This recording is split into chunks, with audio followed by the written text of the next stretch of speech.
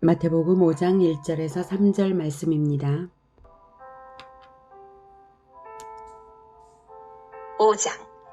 예수께서 무리를 보시고 산에 올라가 앉으시니 제자들이 나아온지라. 입을 열어 가르쳐 이르시되 심령이 가난한 자는 복이 있나니 천국이 그들의 것이며 애통하는 자는. 사랑하는 형제 여러분, 9월 28일 월요일 저녁 묵상에 오신 것을 환영합니다. 마태복음은 예수님의 제자 마태가 기록했고요. 마태복음의 주제는 예수가 왕이다 라는 것입니다. 아브라함과 다윗의 자손으로 오신 메시아로서 유대인들이 대망하던 바로 그 영원한 왕이라는 것입니다. 왕이기 때문에 왕의 입증과 건국의 준비가 1장부터 4장까지 나왔죠. 1장에서는 계보로 증거했고요. 2장에서는 동방박사의 경배 사건과 헤롯의 핍박 사건을 통해서 하나님의 계시와 예언이 아기 예수가 바로 메시아 되심을 조명합니다. 3장에서는 예비된 선지자 세례 요한에게 세례를 받으실 때에 하늘의 음성과 비둘기같이 임하는 성령으로 증거를 받고 공생애를 본격적으로 시작하십니다. 4장에서는 마귀의 시험을 기록된 성경 말씀으로 승리하신 후 천국을 선포하시고 제자를 부르시고는 가르침과 복음 전파와 치유 사역을 하시는 것을 보여줍니다. 제자들은 말하자면 천국의 건국 공신들인 셈이고 또 당연히 왕이신 예수님의 백성들이죠. 자, 5장부터는 천국의 법을 선포하십니다. 5장부터 7장까지 산상수훈이라고 하는데 그것이 바로 그리스도의 법입니다. 방금 계시 부분을 3절까지 읽었죠. 12절까지는 산상수훈의 서론입니다. 헌법에 전문이 있는 것처럼 법체계를 펼치기에 앞서서 기초적인 바탕을 펼치는 것이 바로 12절까지의 내용입니다. 그 내용은 천국 백성 된 자의 기본 특성, 천국이 자기 백성에게 주는 복의 특성, 이런 것들을 말해주는데요. 먼저 1절에 보니까 산에 올라갔다고 했죠. 산에서 가르침을 주셨어요. 그런데 누가복음에는 같은 가르침을 평지에서 주셨다고 해서 평지수훈이라고도 합니다. 어느 게 맞은지 궁금하시죠? 여기서 말하는 산은 그 산에 있는 넓고 평평한 지역을 말하는 단어입니다.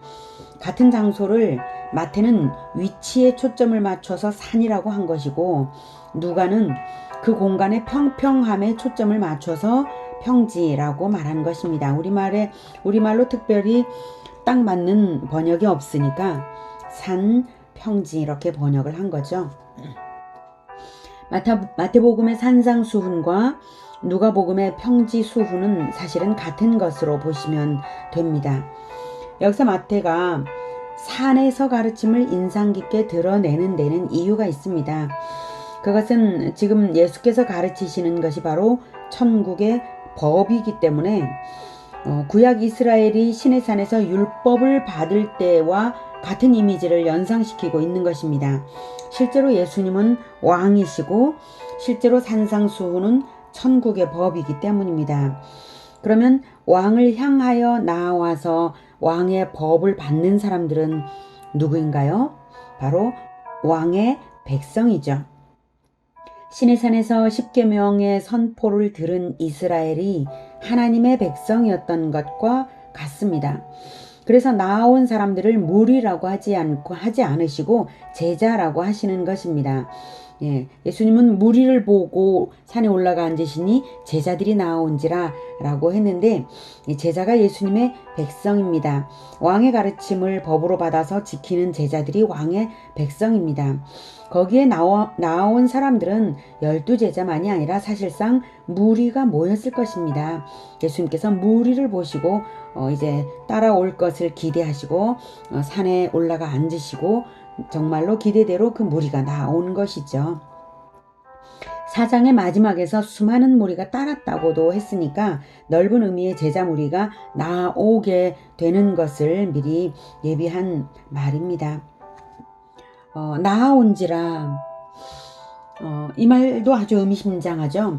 시내산에서는 구약 이스라엘 백성들이 산에 접근하지도 못하게 하셨어요. 그에 비하면 놀라운 일입니다.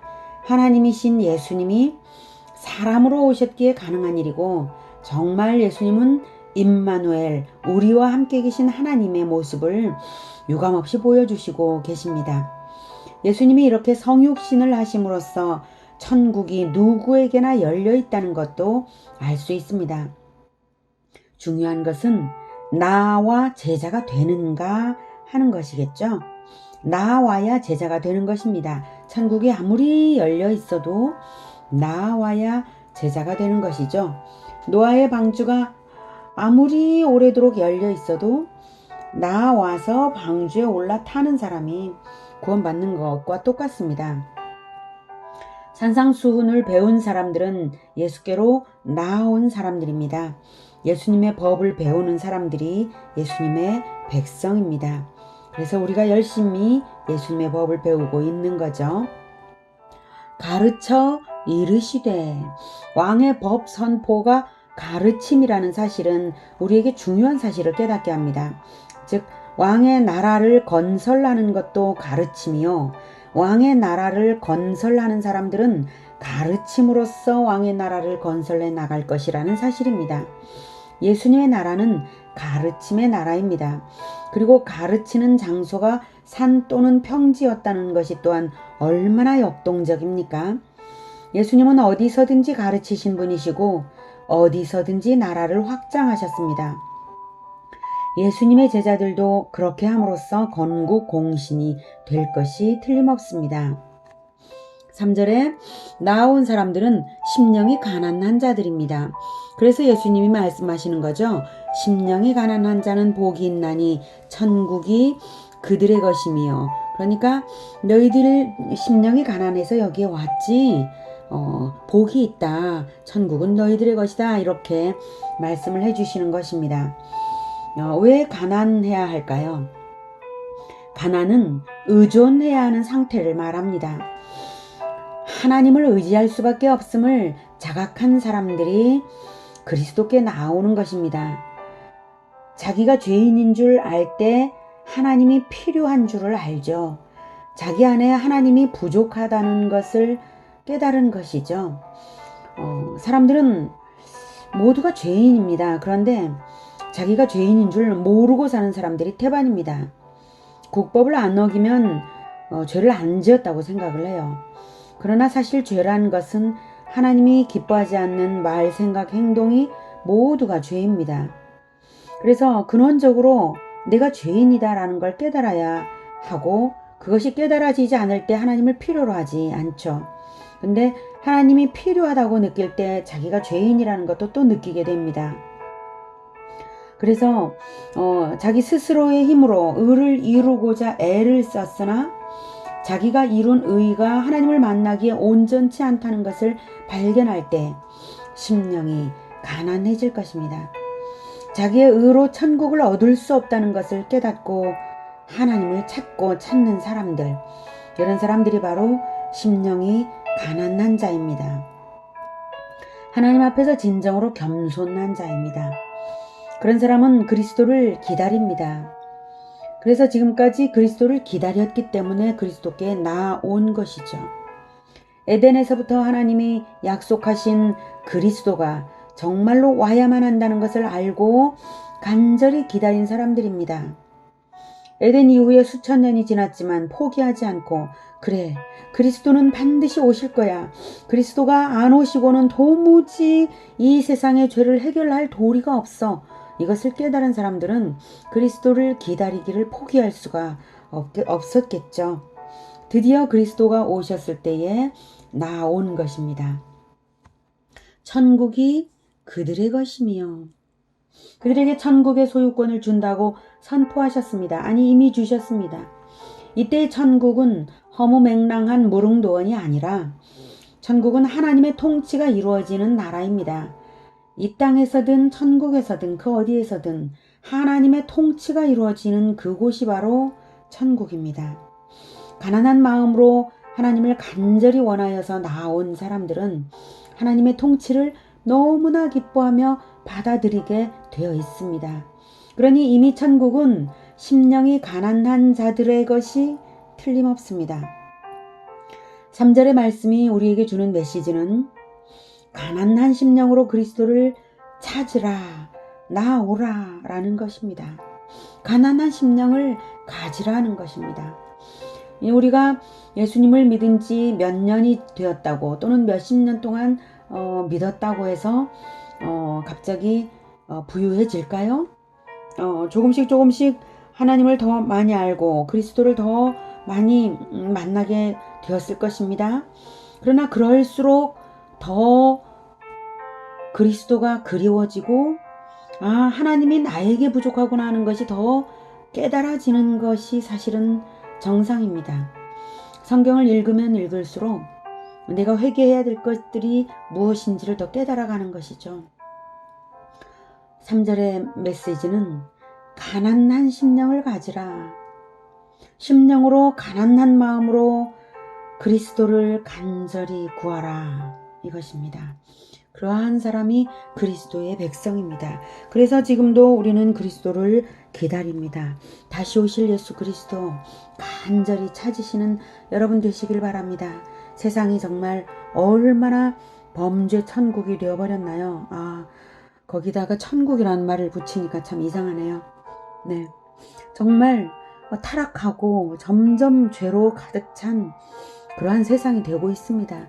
인간의 힘으로, 인간의 법으로, 인간의 제도로 어떤 인간 영웅이 이 세상을 구원하지 못할 것이라는 것은 점점점 알 수 있습니다.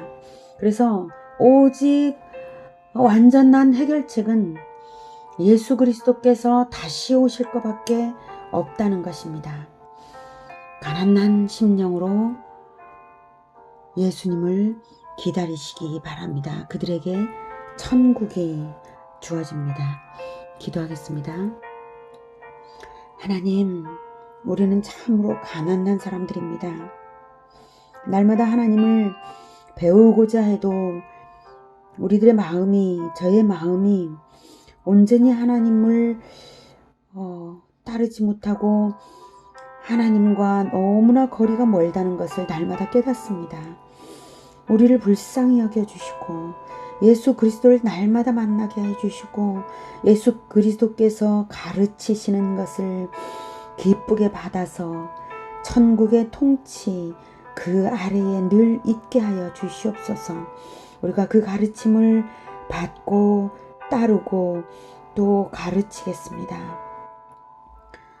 주 예수님께서 속히 완전히 오실 날을 기다리시면서 이 땅에서도 예수님의 나라가 확장되는 것을 날마다 기다리겠습니다. 예수님의 이름으로 기도합니다. 아멘.